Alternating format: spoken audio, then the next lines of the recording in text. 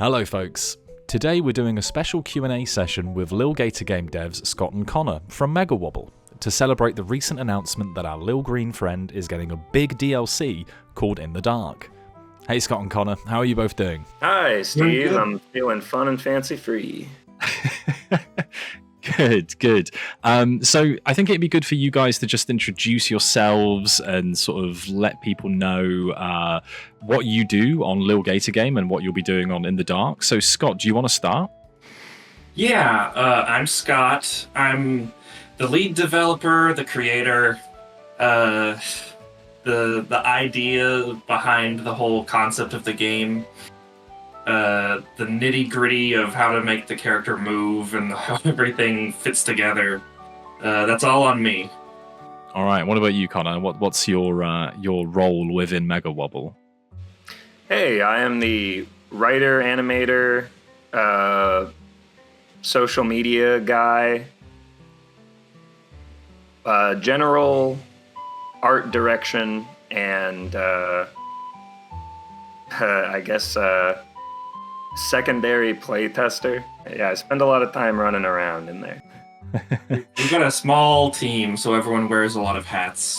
Right, yeah. How many of there is, for people that don't know, how many of you are there at MegaWobble? Just 3. There you go. Me and Connor, and then Robin as well, our composer / 3D modeler / additional playtester. I think that's a testament to, this game is a favorite among a lot of people. We've seen the huge response to the announcement of the DLC. And I think it's a testament to how much, incredible work you guys have done to pull off such a beautiful, special game for so many people with, the 3 of you at the helm, I think is really nice. So let's get into some questions. I've got a few here for you. We've got a few community questions as well. There's been a lot of excitement.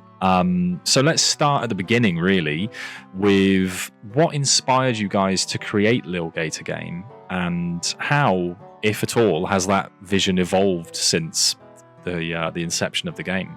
The very first idea behind Gator was just this image of this little kid with a stick running around a playground, just shouting at people, "I'm Zelda! I'm Zelda!" And everyone just looking at them just completely indifferently and just annoyed.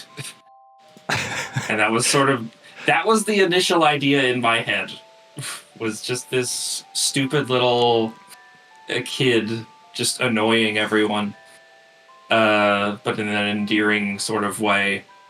And the whole thing with them and their big sister was in there from the beginning as well. That their sister, initially the sister was busy playing like on their Game Boy or something. Right. But it eventually morphed into something a little bit more emotionally complex. But that dynamic of wanting to get their big sister to play with them has been sort of at the core of the idea from the beginning. So were they always gators? Was that always in the Yes. in the plan? Okay, straight up, just Gators. Yep. Yeah, they were always just gators. A gator. It was always intended to be an homage to Zelda, and Link is green. And what animal is green? And that was that Only end one. of thought. Nice. And we'd already kind of done chameleons, so you kind of had to pick gators. We'd already we'd taken one green lizard-like guy. There are exactly 2 green animals. So That's we're it. just lucky nobody else got to a gator first. Thank God. So obviously, In the Dark is the name of the DLC. Can you share a bit about what the main focus of the DLC is and what players can expect to be different or new from what they experienced in Lil Gator Game, the base game? Well, clearly from what we've put out so far, the biggest change is the environment is completely different. In the base game, it's this like island park, sort of woodlandy area, whereas this is I'm from Kentucky, and this is sort of based generally on like Mammoth Cave or like the old coal mines that are sort of in the area. And with that comes a whole lot of different new environmental features. So there was a lot of verticality on the overworld island. There was a lot of, cliffs that you either had to find a way around or climb over, the whole mountain area. I'm excited for the underground because that verticality is getting really stretched out even further. And just the fact that there is a ceiling and things hanging from the ceiling makes it a whole different feeling to jump around through. Awesome. Yeah, I think the exploration is going to be the big thing, right? That's going to be. I mean, we've seen some clips already. We're going to be showing some nice bits of screenshots and footage alongside these answers as well. So people are going to get a taste if they haven't seen the announcement trailer for what they can expect. So in terms of, we've got a whole new environment and stuff like that. What has been the most challenging aspect of coming up with content for a DLC? How has that sort of challenged you, and what do you think has been the most challenging aspect of that process? It's definitely been a bit of a challenge to take the art style and environment of the original game and try to adapt that into something that is coherent but different in this different context for this cave system, and populating that cave system with the necessary decorations that fits that art style, while also keeping the vibrancy you would expect out of this game, because it's obviously this very bright, colorful cartoon game, but underground cave doesn't necessarily connotate with colorful, bright.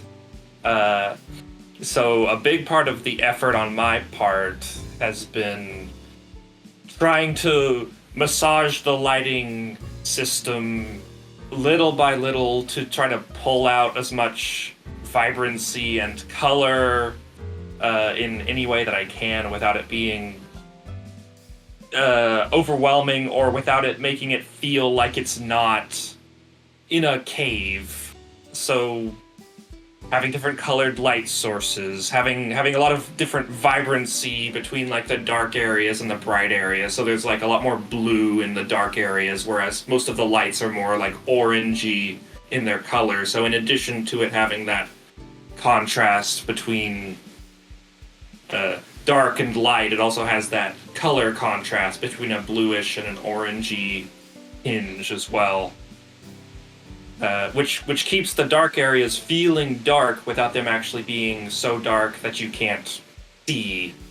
Because I want to keep everything approachable and easy to use, especially if you're playing this on like a handheld outside. You need to keep that color range manageable. For me, the most challenging aspect was that very early on, I knew that I wanted there to be villains, so to speak, this time. I wanted there to be whoever Gator's Ganondorf was. Okay. And I wanted to... lots of people resonated with Duke's story in the overworld and the cool stories in general, which leaned a lot more toward... being kind of dramatic. And so this time around, I wanted there to be the opportunity to revel in a little bit more of that drama. But throughout everything that happens in the main game, the astute may have noticed, nobody really gets angry. There's actually no there's a cool emote, there's a sad emote, there's a kind of like a scared emote. There's no angry emote, and that was a deliberate design decision early on in order to kind of steer away from that emotion, and kind of force our hand towards more compromising or less aggressive conclusions and developments. And this time we've got characters that are sort of intentionally antagonistic and being a little bit more rough around the edges by nature. And so making sure not to go overboard with that is something that's on my mind a lot. Yeah, and that's that is something that sort of certainly leads into talking about the balance then. And as you've said, the original game has that charm of kind of being very friendly, very I don't want to say soft in like a negative way, but it's soft around the edges. It's a very warm, it's a very warm game. So how do you think that you balance bringing that kind of maybe slightly more aggressive edge, but also keeping that charm? How do you guys find that balance? I think it's really helpful that we're still dealing with kids. And kids are just kind of, I think when written correctly, when written in a story with them as the focus, rather than them being, just kind of a cute addition to a different story, kids are just kind of charming. It's really easy to identify with someone who still has so much to learn about the world. And I think that especially Gator, who, in spite of their awkwardness sometimes, always responds to whatever challenge they face with optimism, it gives me the opportunity to force the characters that might normally be ruder to be nicer, to kind of like examine their own biases even as teenagers. And that's a big part of the story as well. I think that's for me personally. I think for a lot of people that are going to be listening to this, it's a very fascinating insight because the first thing I saw, obviously, spoiler alert, we see a little bit ahead of what people see in the public, and that was actually one of my first things was I wonder how you kind of get in these characters that are a little bit more antagonistic without taking that away. So it's really interesting to hear your thoughts on that. And you guys have got a really nice approach to game dev, which it's very admirable. We're having a good time. Yeah, and you know what? It shows. It really shows. It shows in the base game, and I think even in the trailer for In the Dark, I think it really shows that you guys are putting a lot of care into this. And I think people are going to be very, very, very excited by what's to come. Thank you, Steve. You're welcome. So to the both of you then, again, is there a particular sort of thing that you're working on within the development process, like a new character or like a particular area of the caves or a specific new feature that you're kind of really proud of that we can talk about here?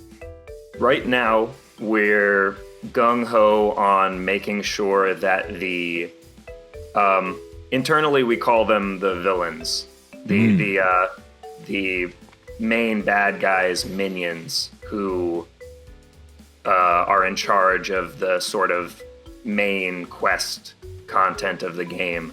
Right now, our big job is getting those guys fleshed out and making sure their games work. All right, cool. And what about you, Scott? Scott, you want to pick that up? Was that your answer to that question? That was me giving you an opportunity to jump in. Yeah, and one of those quests involves this thing that we've been putting a lot of work into. Everything everything winds up yeah. being a lot more work than you expect it to be. I expected us to be able to just get this specific quest done in like a couple of weeks, and then it wound up being like, over a month. But there's one quest involving, how do I say without giving too much away? There's more than one way to finish it. Yeah, there's like a bit of interactive storytelling. Okay. And that's all I'll say, but I think we've put a lot of work into it, and I think people will get a kick out of it. So we've had a few people. Well, we've had a lot of questions, and quite a few people asking, what this sort of means for the future and stuff. So people have maybe seen hints if they've seen the announcement video, and if they're listening to this, they've almost certainly seen the hints. But will Lil Gator be getting any new weapons or items that we can share right now?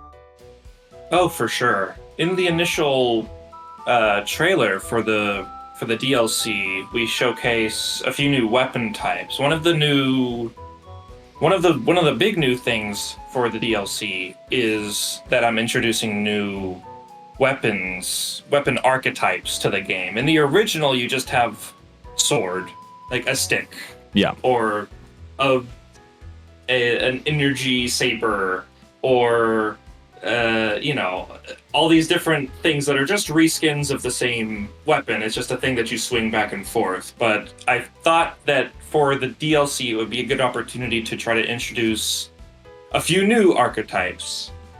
And you spot some of those in the trailer. There's going to be 4 new weapon archetypes. Each of them coming with... Should I say how many new weapon archetypes there are? I think we can say that we definitely have more ideas than there are going to be side quests in the game to get them from. But I personally, I really like the idea of there eventually being a way to just kind of like get items, to just like, oh, you finished the game, come back to it and see whatever fun outfits or weapon designs have been put out. Each of the new weapon archetypes also comes with new movement options as well. Like, in addition to the weapon attacking, it also has some sort of traversal element baked into that specific weapon as well. And each of the different archetypes has some sort of different unique movement or aspect to the weapon. So in addition to, like, instead of just choosing your weapon based on what you vibe with visually, aesthetically, you can also use it to add to your traversal toolbox. You can use it to add to your traversal toolbox, in addition to all of the previous items that are in the game, like the balloon or the ragdoll. You can also combo those with the new stuff, so the new weapons, and then there's also going to be new items as well.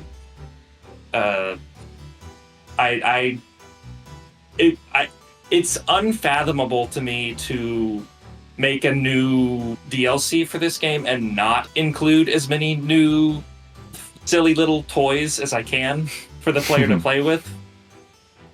That's, to me, that's like half the appeal of the game, is all the silly little toys that I can put in the player's hand and see what they do with them, and let them just kind of go wild with them. Yeah, I'm really looking forward to seeing clips from people doing traversal stuff. And this isn't an official Q&A question, but this was just something that, because you've said that and talked about the traversal stuff, was there any inspiration behind that sort of adding the traversal elements to the weapons? Was there anything that kind of pulled that in? Speedrunners. I mean, I do, but I don't know that speedrunning was like. speedrunning is always a little bit on my mind when I'm developing like player abilities. I'm always thinking like if I implemented this, would this make the game more fun to play at like a high level? Like not just for speedrunners, but also just for people who are like more dexterous and looking for a way to get a little bit more excitement out of the game. Like in the base game, I introduced this mechanic of like shield skimming, where you can like shield sled onto the water and then you skim across the surface for a little bit, and then if you jump while you're skimming across the surface, you can then hop across the water. And so with properly timed jumps, you can just sled across the water, which is not a necessary mechanic at all, but everyone who gets their hands on it and is able to actually like nail in how to do it, like is immediately, it just clicks for them and they're just like, they didn't have to put this in the game, but it's great. It's so cool. And that's the sort of thing that I try to I try to aim for that with kind of all the different mechanics that I introduce into the game, is just that feeling of like, they didn't have to add this to the game, but it's really cool that they did. There was also this moment where we were talking about new weapon types, and the question was, what would they do? Maybe they would just be, different ways to swing around your existing weapon. And, maybe the heavy one breaks rocks, and maybe there's like a spear with range, and it's like, this is just Zelda. So I think in order to continue to be that, like, not just ripping off Zelda, doing a fun twist on Zelda, it was necessary to go an extra step and keep things goofy rather than just stopping at there being a different shape of weapon.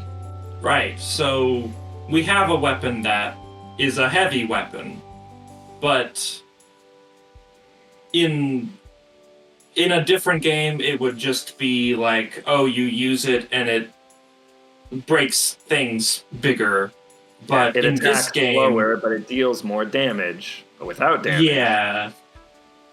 So instead, our heavy weapon, for instance, if you're on the ground, you do a big ground slam that does an AoE attack around you and destroys all the breakable objects sort of in a radius around you. But if you use it in the air, it gives you a little burst of vertical movement before it then slams down to the ground with a stronger acceleration than usual, so you could use it to fall a little bit quicker, or you could use its upward to just give you a little bit of extra jump, because if you use it and then you combo that into like your glider or a balloon or I don't know, ragdoll or the sticky hand or something, like you can use that little bit of vertical movement to give you that little extra edge to get to somewhere that you maybe couldn't get to.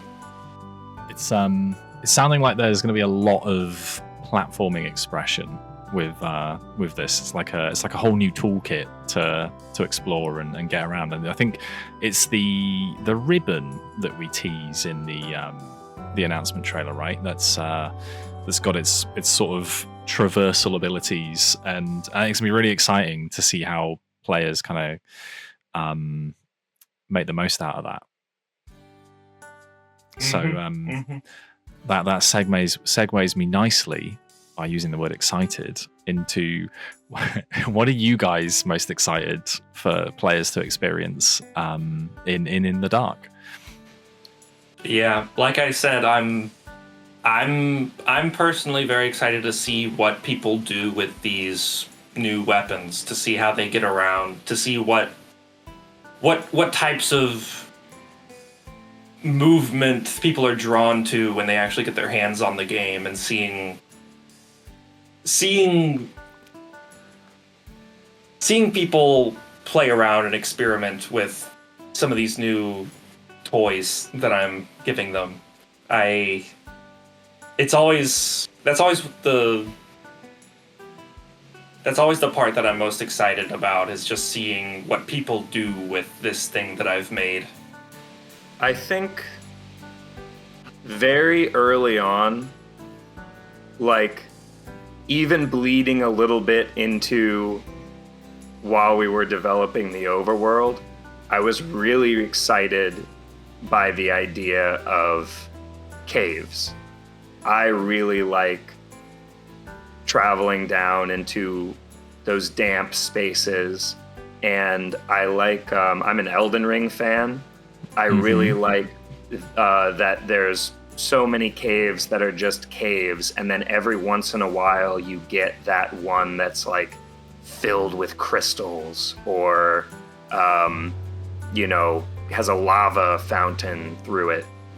And just there are people who really take their time and find their favorite spots on the island, and I'm really looking forward to people taking their time and finding their favorite spot in the cave. And there's a lot of really gorgeous areas already, and it's not even done. So watching people just find their favorite spot and kind of exist for a while in that favorite spot is, I think, what I'm most excited for. Awesome. And you kind of touched on Elden Ring and the caves and stuff there. I think it'd be pertinent to ask what's the size of this underground space compared to the overworld? Like, what's the kind of the scale we're looking at here? Is there a way that we can quantify that to players? Similar. It's it's a similar size, but as Scott's talked about before, there are game design considerations when you're making an outdoor space versus when you're making an indoor space. So, like, technically speaking, it's this big, but it's going to feel this big. But in the end, it's like a slightly smaller map than the overworld island. And there is a parallel to each biome in the overworld as well.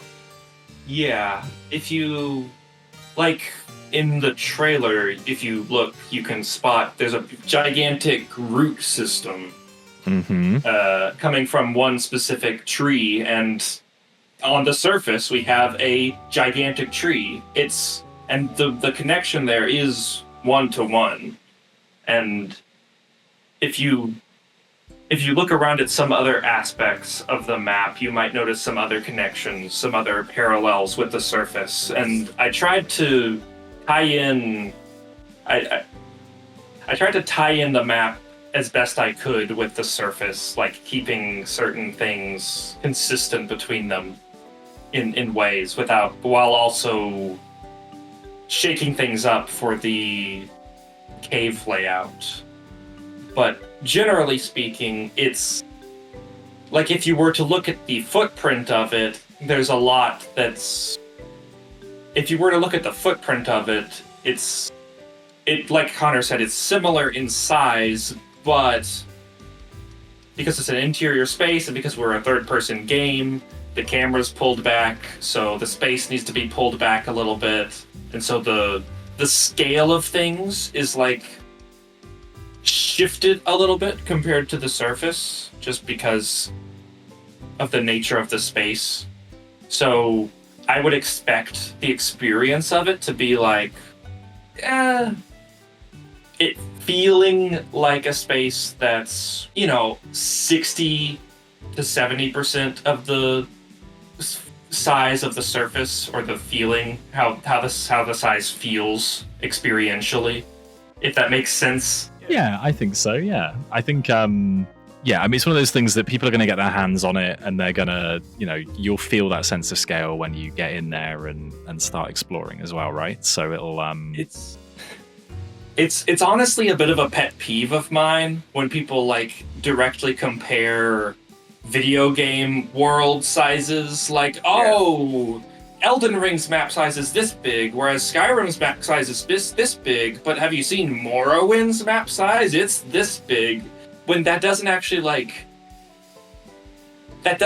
mean anything, because you're just comparing units rather than like the experiential size of it. How long it takes to get from one place to another by the standard traversal and movement speed of the game, and how dense the environment is with distractions to pull you off the path to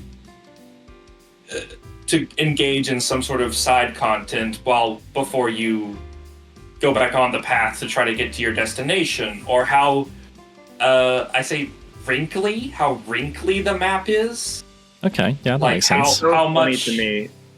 It's so funny to me when they compare the game worlds to real life spaces while acknowledging that the game is intentionally like shrunk down and densified so that you're not walking through 40 miles of nothing to get to the next point of interest. Yeah, it's like real life is very, in America, real life is very undense. It's very sparse with detail. Like even in Europe though, if you were gonna walk from one city to another, you'd be walking for a long time. Yeah, you could definitely walk down some country roads in England that all looked the same between towns and not do a lot. So yeah, I think that makes sense. I think you're right. I think it's and I think people will see it, they'll get in the game, and they've, like you say, there's biomes that they can kind of equate to where they've been in the base game and tie it all together in a really nice way, I think. So that'll be really exciting to see. I believe that the size of a game world is influenced by your experience in that world. So like how much you get lost, or how much you retrace your steps, or how much you have to meander around to get to a destination. Like if you have a path that just goes from point A to point B linearly, like as the crow flies, then the game world isn't going to feel very big at all. But if you take that path and you make it into like a squiggle shape, then suddenly your game world feels a lot bigger. And that's sort of a design philosophy that I pushed for a lot in the base game, and I'm pushing for it again here in the cave much more directly, because in the base game the paths were mostly suggestions, whereas now the paths are actual caves with walls and things. So I don't know. I hope I've taken steps to try to make it so that players don't get lost. But part of it is that I want them to get a little lost. Because if you get a little lost, then you have opportunities to discover things off the beaten path.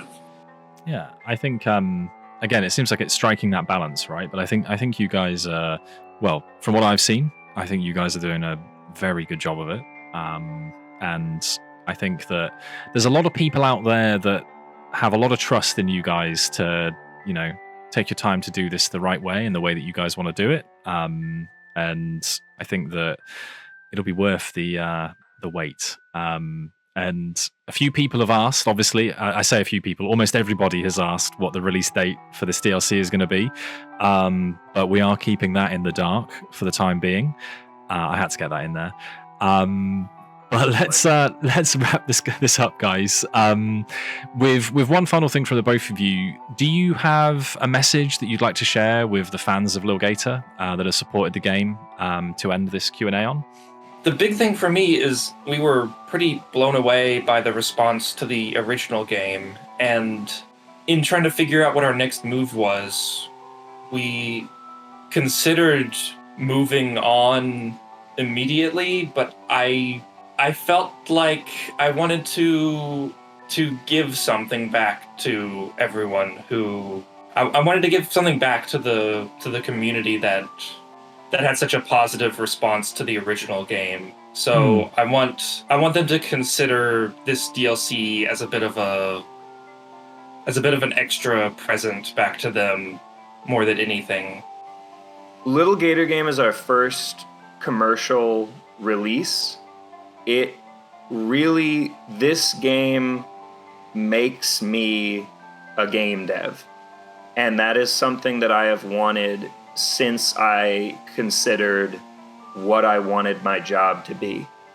The fact that the reception has been so, to quote Steam, overwhelmingly positive, and the fact that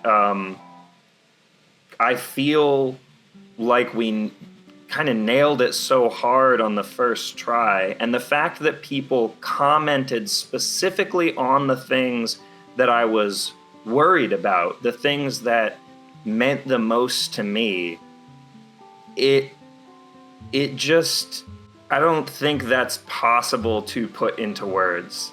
I think thank you very much for valuing something that I value, even though you don't know me. And it's so invigorating to consider that I might be able to do that again.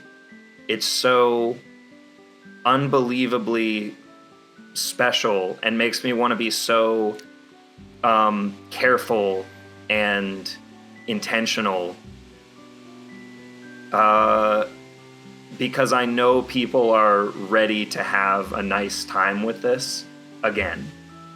And not everyone who makes a piece of art of any kind has that privilege. So thank you so deeply for being the person you are, living the life you've lived, and resonating with the things that you resonate with, because it allows me to...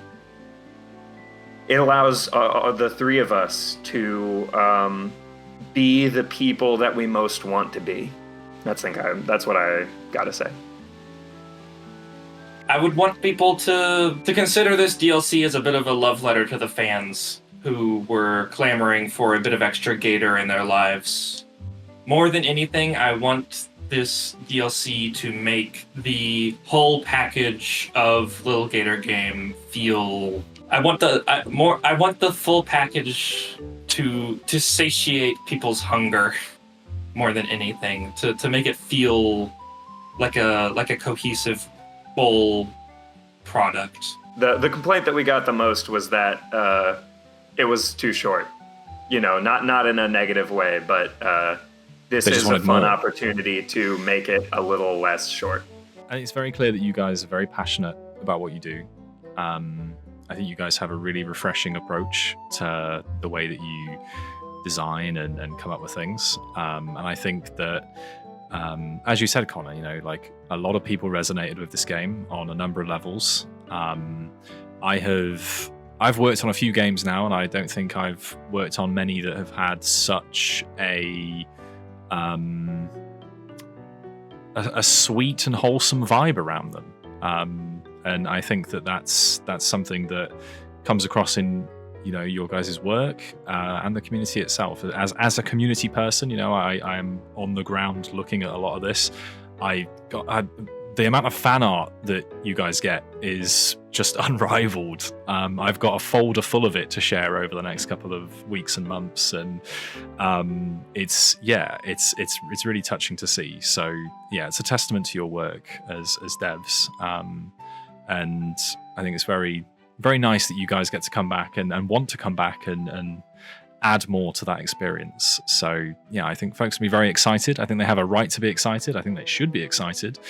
And I think it's fair to say that we can't wait to show them more. Thank you, artists. I love my artists. I give all of you big hugs. All right, guys, I think we can wrap it up there. Thank you very, very much for joining me for this lovely Q&A and this lovely insight into what you guys do and how you do it. I really appreciate it. Yeah, and if you're listening to this as a Lil Gator fan and ready for more, please stay tuned for Lil Gator Game in the Dark. It's a DLC that's coming when it's ready. Let's say that. Thank you very much, guys. We'll see you soon.